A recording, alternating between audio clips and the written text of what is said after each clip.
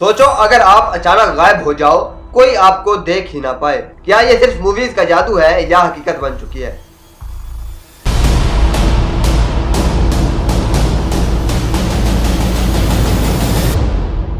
आज हम बात कर रहे हैं इनविजिबल होने वाली टेक्नोलॉजी की। साइंस ने इतनी तरक्की कर ली है कि इनविजिबल क्रॉक्स पर रिसर्च हो रही है।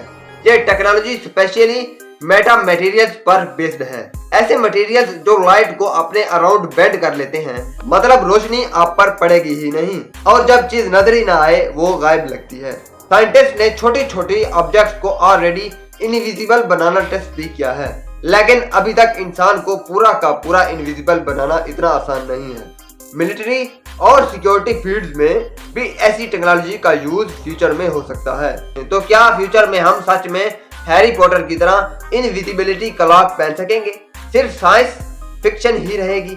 आप क्या सोचते हो? अगर आप इनविजिबल हो जाओ तो सबसे पहला काम क्या करोगे? कमेंट में जरूर बताना। अगर वीडियो अच्छी लगी हो तो वीडियो को लाइक करो और चैनल को सब्सक्राइब करना ना भूलना।